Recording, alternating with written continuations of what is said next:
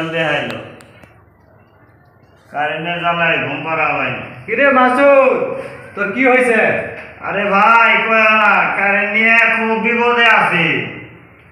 এই কারেন্ট যাইতাছে আইতাছে, রাত্রে একটু শুয়ে বলবো ঘুমামো, কারেন্ট যে আসলো একটু শুয়ে বললাম, ভাবলাম কারেন্টটা থাকবোই, 5 মিনিটও ঘুম পাড়া হয় নাই, অমনি কারেন্টটা চলে গেছে।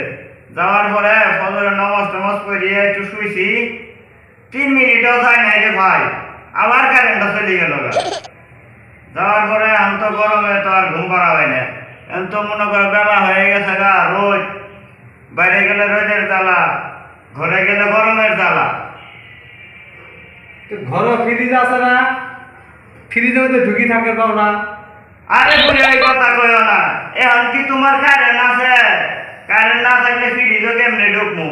কারেন্ট না থাকলে তো ফ্রিজই চলবো না, ফ্রিজ না চললে আমি কি ঠান্ডা হবো? হাই রে কারেন্ট, যদি ফ্যাক্টরিটা আমার হইল নি, তো কি আগে ঠান্ডা করলাম নি? তাই নাকি ভাই? হ্যাঁ। ও